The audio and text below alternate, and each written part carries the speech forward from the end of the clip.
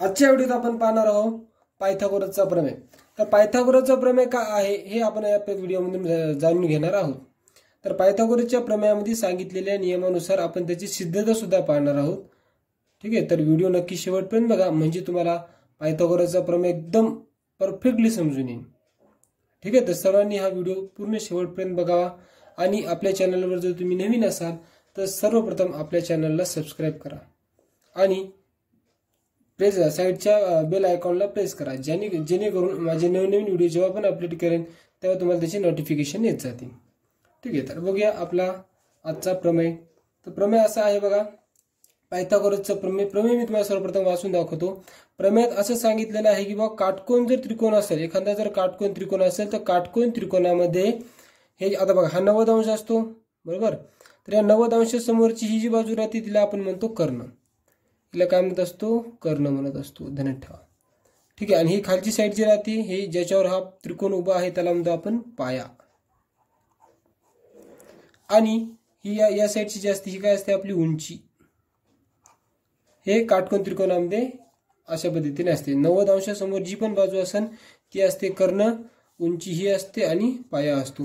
या तीन बाजूपैकी जर तुम्ही सर्वात मोठी बाजू कोणती आहे असं जर म्हणलात तर सर्वात मोठी बाजू असते कर्ण। या आणि या म्हणजे उंची आणि पाया दोन्ही बाजूपेक्षा सर्वात उंच म्हणजे लांब, जर लांबीला जर लांब असेल तर ते असतो कर्ण आपल्या दोन्ही बाजूपेक्षा। ठीक आहे, तर मग या प्रमेयात असं सांगितलेलं आहे की बा पायथागोरसच्या प्रमेयानुसार की कर्णवर्ग या हा जो दिसतोय कर्णाचा वर्ग हा इतर दोन बाजू म्हणजे ही एक बाजू आणि ही एक बाजू, या इतर दोन बाजूंच्या, ठीक आहे, ही एक बाजू आणि ही एक बाजू, या इतर दोन बाजूंच्या वर्गांच्या बेरजे इतका असतो। ठीक आहे, प्रमेयात सांगतो, नीट डबल एकदा ऐका मी काय सांगतोय। काटकोन त्रिकोणामध्ये कर्णाचा वर्ग हा इतर दोन बाजूंच्या वर्गांच्या बेरजे इतका असतो। आता मी तुम्हाला तो प्रमेय इथे लिहून देतो बघा, तुम्ही प्रमेय सर्वांनी वाचून घ्या।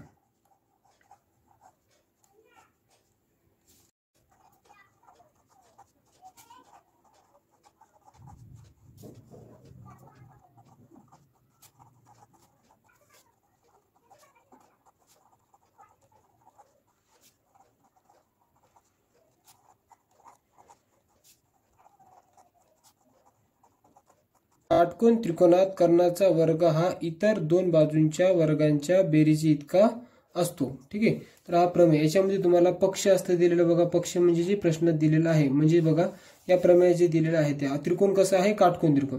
मग आपण काय लिहिणार, काटकोन त्रिकोण, काटकोन त्रिकोण,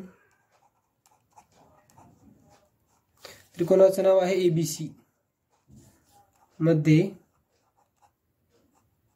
ठीक आहे, काटकोन त्रिकोण एबीसी मध्ये आता याच्यामध्ये काय काय आहे तर पाया आहे आपल्याकडे, उंची आहे आणि कर्ण पण आहे। ठीक आहे, तर ते तेवढ्या गोष्टी लिहायच्या करता आपण एवढं लिहिलं तरी बस झालं। ठीक आहे, तर मग हा काटकोन त्रिकोण आहे एवढं दिलेला आहे।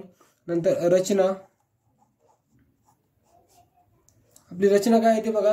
तर रचनामध्ये आपल्याला काय करायचं आहे, ही जी बाजू आहे ही आपल्या याच्यामध्ये नाही, हिला आपण रचनेच्या रूपात टाकायचं आहे। म्हणजे बीडी लंब कर्ण एसी असे येणार, आणि याच्या पुढे इथे दरम्यानता A dash D dash C. आता दरम्यानता म्हणजे काय, दरम्यानता म्हणजे या दोन बिंदूच्या दरम्यान हा बिंदू आलेला आहे। ठीक आहे, त्याला आपण म्हणतो दरम्यानता, अशा पद्धतीने बरोबर। नंतर आहे रचना झालं, याच्यानंतर येते साध्य। साध्य काय करायचं आहे तर आपल्याला साध्य करायचं आहे कर्णाचा वर्ग म्हणजे एसीचा वर्ग हा इतर दोन बाजू म्हणजे बीसीचा वर्ग अधिक एबीचा वर्ग, ये बाजू ही बाजू, या दोन बाजूंच्या वर्गांच्या बेरीजे इतका असतो। ठीक आहे, हे आपल्याला दाखवायचं आहे। कर्ण म्हणजे कर्णाचा वर्ग हा झाला तुमचा कर्ण, याच्यामध्ये याचा वर्ग हा पाया वर्ग आणि उंची वर्ग, या दोघांच्या वर्गांची बेरीज केल्यानंतर एकट्या कर्णाचं माप येतो, हे दाखवायचं आपल्याला, हे साध्य करायचं आहे। त्याच्यानंतर येते सिद्धता। तर सिद्धतामध्ये बघा आपल्याला एक गुणधर्म वापरायचा आहे इथं। तो गुणधर्म असा आहे की काटकोन त्रिकोणाची समरूपता। काटकोन त्रिकोणाची समरूपता म्हणजे काय असतं तर बघा, काटकोन त्रिकोण समरूपता म्हणजे जर एखादे बघा हा एक त्रिकोण आहे आणि याच्यामध्ये जर हा काटकोन त्रिकोण आहे, याच्यामध्ये अजून अशा पद्धतीने आपण एक काटकोन काढला तर याच्यामध्ये होणारे जे तीन त्रिकोण आहेत हे तिन्ही पण काटकोन त्रिकोण तयार होतात। म्हणजे बघा पी क्यू आर आणि एस अशा पद्धतीने तिथे तीन त्रिकोण आहेत बघा। पहिला हा त्रिकोणात आहे, दुसरा हा एक होत आहे आणि तिसरा हा मोठावाला। या त्रिकोणाची 3 नाव आहे, त्रिकोण PQR, दुसरा एक होता आहे त्रिकोण PSQ आणि तिसरा एक त्रिकोण होता आहे QSR. हे 3 त्रिकोण होऊ लागले. तर या तिन्ही जे त्रिकोण दिसत आहेत तुम्हाला, हे तिन्ही त्रिकोण एकमेकांसोबत असतात समरूप. तिन्ही त्रिकोण एकमेकांसोबत काय असतात, समरूप असतात. ठीक आहे. काय, हा कोणता गुणधर्म आहे, काटकोन त्रिकोणाची समरूपता हा गुणधर्म आहे. ठीक आहे. या गुणधर्मावर पण मी नंतर एक व्हिडिओ बनवणार आहे, तर तो पण व्हिडिओ तुम्ही सर्वांनी बघून घ्यावा. नंतर तुम्हाला त्याचे अपडेट येतच राहतील. तर हा गुणधर्म समजून घ्यायचा असेल तर सर्वप्रथम आपल्या चॅनलला सबस्क्राईब करा, म्हणजे मी जो ते व्हिडिओ टाकेन तेव्हा तुम्हाला चांगल्या पद्धतीने समजून येईल. ठीक आहे. तर बघा, आपल्या इथे पण समजा त्याच टाईपमध्ये 3 त्रिकोण तयार होत आहेत. मग पहिला त्रिकोण घेणार आपण मोठावाला, हा जो ABC आहे, त्रिकोण ABC समरूप. त्रिकोण दुसरा घ्यायचा ADB समरूप. त्रिकोण तिसरा आहे BDC. असे 3 त्रिकोण घ्यायचे आणि याच्या पुढे रिजन लिहायचं काटकोन त्रिकोणाची समरूपता. काटकोन त्रिकोणाची समरूपता कारण लिहिणं फार महत्वाचं असतं भूमितीमध्ये. म्हणजे स्पेशली प्रमेय लिहित असताना तुम्हाला ह्याच्या समोर एक कारण लिहिणं फार गरजेचं असतं. तुम्ही का घेताय हे का घेताय याचं कारण लिहा. ठीक आहे. असं लिहिता येतं आपण, याचं रिझन काय आहे, त्याचं रिझन आहे काटकोन त्रिकोणाची समरूपता. या नियमानुसार आपण असे घेतलेले. मग हे झाल्यानंतर काय करायचं बघा, पहिले 2 हे जे दिसतात हे 2 त्रिकोण घ्यायचे, याला साईडला काढून घ्यायचे. त्रिकोण ABC समरूप त्रिकोण ADB. त्रिकोण ABC आणि समरूप त्रिकोण ADB हे 2 त्रिकोण घ्यायचे. मग जर 2 त्रिकोण समरूप असतील तर समरूप म्हणजे काय, तर समरूप म्हणजे बघा, हे एक त्रिकोण आहे आणि दुसरा या साईडला हा दुसरा त्रिकोण आहे. तर हे जे 2 त्रिकोण आहेत ते दोन्ही दिशाला कसे आहेत, तर सारखे आहेत. दिसण्याकरता यांचं रूप जे आहे ते सारखं आहे, त्यांना म्हणतो आपण समरूप त्रिकोण आहे. म्हणजे नुसते सारखेच आहेत का, तर सारखेच नाही, तर ही एक बाजू आणि ही एक बाजू एकमेकांना म्हणजे संगत बाजू असते, आणि ही जी बाजू आहे त्या दोन्ही बाजू एकमेकांना समांतर म्हणजे प्रमाणात असतात. ठीक आहे. तर ही बाजू या बाजूला प्रमाणात असते, ही बाजू हिला प्रमाणात असते. प्रमाणात म्हणजे त्यांचं गुणोत्तर सारखं असतं. बघा, गुणोत्तर म्हणजे कसं, समजा याचं जर माप असेल 2 तर याचं किती येणार, 4 येणार. ठीक आहे. याचं असेल 5 तर याचं माप येणार 10. याचं जर माप असेल 3 तर याचं माप येणार 6. म्हणजे यांच्या दोघांमध्ये गुणोत्तर कोणतं आलं, 1:2 अशा पद्धतीचे प्रमाण आलं. बघा, हे जे 1:2 आहे यालाच आपण काय म्हणतो, प्रमाण. म्हणजे बघा, ही जर बाजू घेतली आणि ही एक बाजू घेतली, या दोघांचा भागाकार जर केला तुम्ही तर उत्तर काय येतं, 3 1 3 3 2 6. काय उत्तर आले, 1/2. डबल ही आणि ही बाजू घेतली 5 आणि छेद 10, 5 1 5 5 2 10. काय उत्तर आले, 1/2. नंतर ही आणि ही बाजू घेतली तर 2 आणि 4 या दोघांना भाग दिला तर उत्तर येते 1/2. ठीक आहे. इथे 1/2 येत आहे, इथे येत आहे, इथे तिन्ही याच्यामध्ये किती उत्तर येत आहे, 1/2. मग हे जे आहे का 1/2 यालाच काय म्हणतात, प्रमाण म्हणणार. काय म्हणणार याला आपण, प्रमाण. म्हणजे सर्व ज्या बाजू आहेत ते कशा असणार, यांच्या प्रमाणात असतात. जर त्रिकोण एखादा समरूप असेल तर. ठीक आहे. म्हणजे कोणते 2 त्रिकोण जर समरूप आले तर अशा पद्धतीने त्याच्या बाजू प्रमाणात असतात. 1/2 नाही, म्हणजे कोणते पण असू शकतात. मग त्याकरता आपल्याला त्यांच्या बाजू प्रमाणात घ्यायचे असतात. मग त्यांना दुसरी एक पद्धत आहे. आता जर त्रिकोण 2 समरूप असतील यांची नावं कशी घ्यायची, म्हणजे बघा, समजा तुमच्याकडे आहे त्रिकोण PQR आणि इथे काय दुसरा त्रिकोण PSQ. आता हेच त्रिकोण घेऊ आपण, हा आणि हा त्रिकोण. त्याच्यातले जरा समरूप असतील तर आकृतीने काढता पण आपण यांना समरूप दाखवू शकतो. कसं दाखवायचं असतं बघा, हा PQ आणि हा PS. हे स्टार्टिंगची जी दोन आहेत ना अक्षर, हे 2 हे दिसतात का, हे 2, या दोघांना सर्वप्रथम एका खाली लिहायचं, PQ/PS. नंतर बरोबर चिन्ह टाकून नंतर बघा शेवटची जी 2 आहेत, इकडले 2 हे आणि हे, आणि इकडले पण शेवटचे 2 टाकायचे, म्हणजे QR/SQ असं टाकायचं. नंतर पहिला आणि शेवटचा अक्षर, नंतर पहिला आणि शेवटचा अक्षर, म्हणजे काय येणार, PR/PQ. बघा, एकदम सोपं आहे. डायरेक्ट आपण न आकृती काढता सुद्धा आपण त्यांना प्रमाणात दाखवू शकतो या ट्रिकनुसार.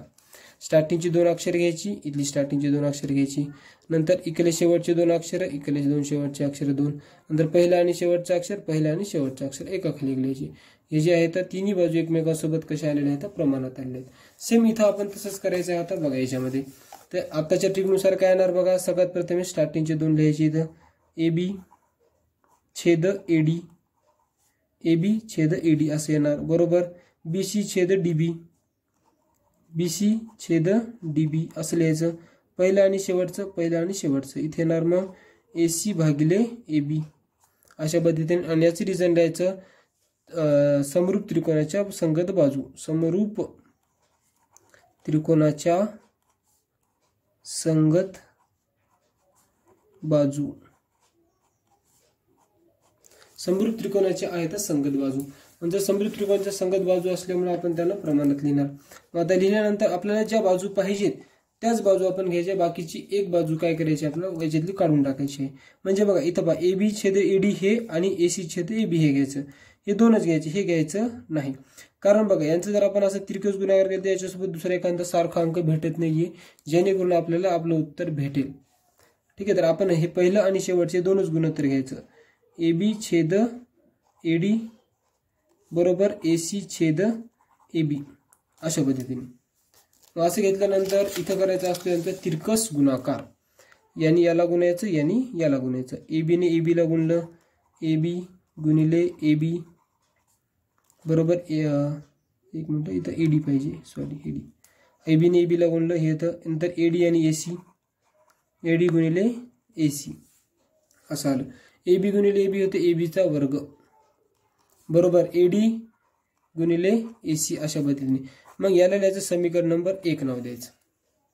याला लिहिणार आपण समीकरण नंबर 1, AB वर्ग बरोबर AD अधिक AC.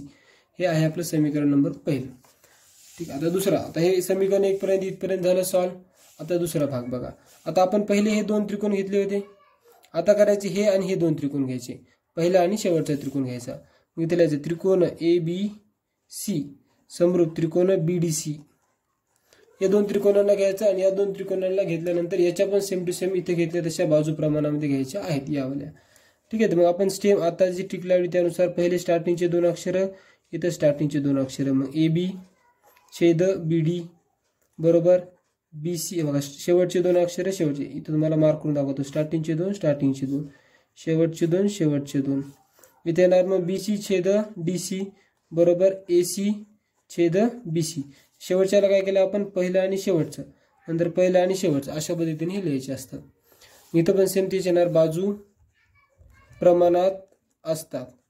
ठीक आहे, तर बाजू प्रमाणात असतात अशा पद्धतीने आपण लिहिणार. मग आता याच्यानंतर बघा आपल्याला याच्यात पण अशा बाजू घ्यायचे जे ज्याच्या दोघांचा गुणाकार तिरकस केल्यानंतर म्हणजे आपला जे साध्य करायचं का ते येतील. इथं BC आहे बघा, हे आणि हे दोनच घेणार. मग पहिल्याला घ्यायचं नाही, म्हणजे दोनच घ्या बाजू. इथं BC छेद DC बरोबर AC छेद BC असं लिहिलं. मग तिरकस गुणाकार करा. इथं होणार BC गुणिले BC बरोबर DC गुणिले AC असं आलं. मग या दोघांचा गुणाकार केला तर इथे येते BCचा वर्ग बरोबर DC गुणिले AC अशाला असं लिहा, DC गुणिले AC अशाला असं लिहिलं आपण. मग याला लिहिलं आपण समीकरण नंबर 2. हे आहे आपलं समीकरण दुसरं. समजलं बघा इथपर्यंत. एकदम भारी आहे, एकदम सोपं आहे, काहीही अवघड नाही. खूप सोपा प्रमेय आहे. व्यवस्थित लक्ष देऊन जर ऐकलं तुम्ही, समजून घेतला तर लगेच तुम्हाला समजेल. इतका सोपा प्रमेय आहे, काही केलं नाही. बघा तुम्हाला हे करायचं असतं तुम्ही नंतर याचं स्क्रीनशॉट तुम्ही काढून घेऊ शकता. आता फक्त लक्ष देऊन ऐका.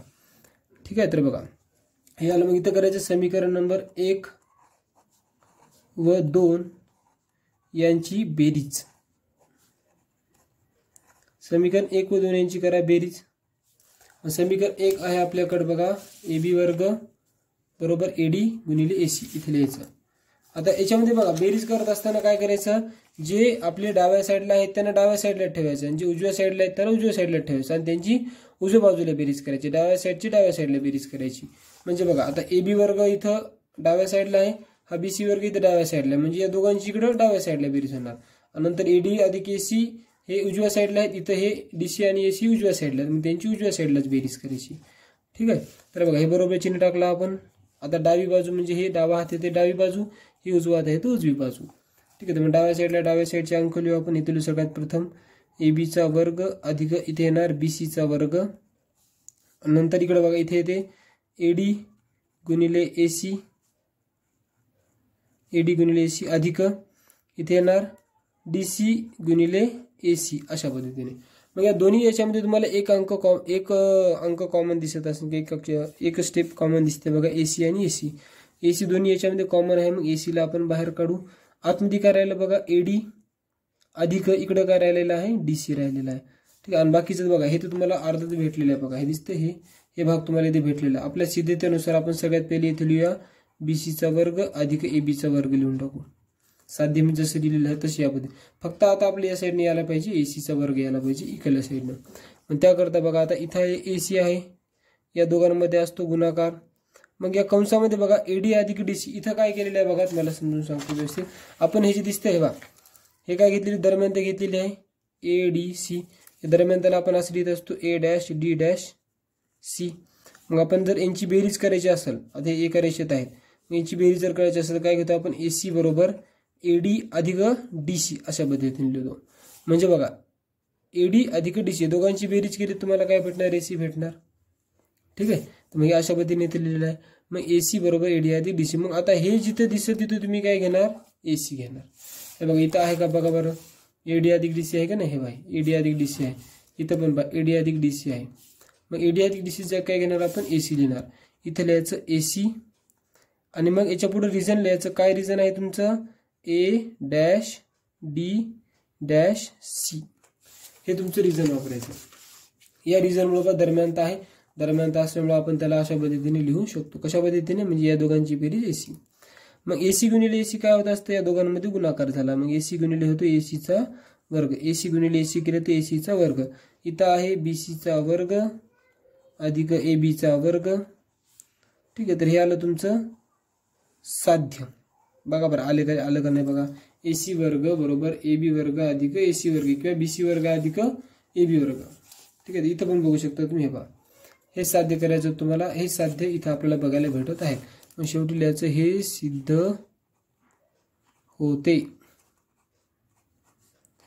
व्हिडिओ जर आवडला असेल तर नक्की व्हिडिओला लाईक करा, आपल्या मित्रांपर्यंत हा व्हिडिओ शेअर करा, जेणेकरून त्यांना सुद्धा या व्हिडिओबद्दल माहिती होईल.